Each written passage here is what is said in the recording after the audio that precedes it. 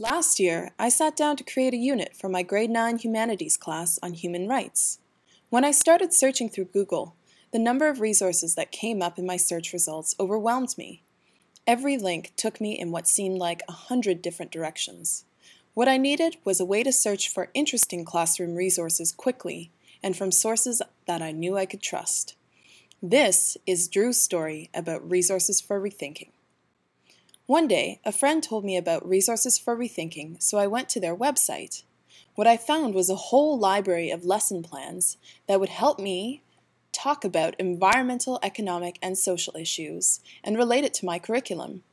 This meant not only could I help my students achieve the learning outcomes expected by a province curriculum, but I could also teach them about pertinent issues related to sustainability. I knew that I could trust what I found because each resource had been reviewed by a classroom teacher, and they provided a full outline of what the resource had to offer. I wound up changing how I would teach my lesson, as I explored the resources available and they helped me to see a better way of doing things.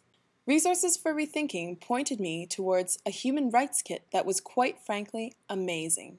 The review of the resource told me that it included a good collection of diverse activities, and it also offered some suggestions as to what I might do with the resource in my own class.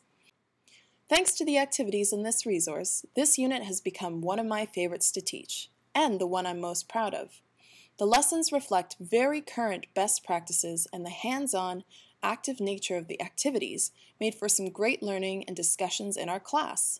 The kids had a lot of fun with the role plays, and the resource suggested, and the extra teaching materials in the guide, saved me a lot of time.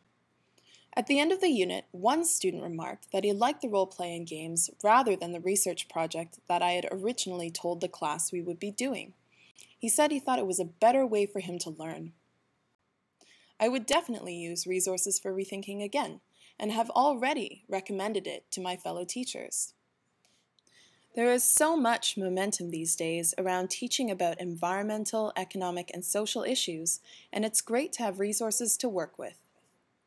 Resources for Rethinking saved me a lot of prep time and made my teaching and my students' learning a huge success. This video was brought to you by Learning for a Sustainable Future and foolishnature.org. Thank you.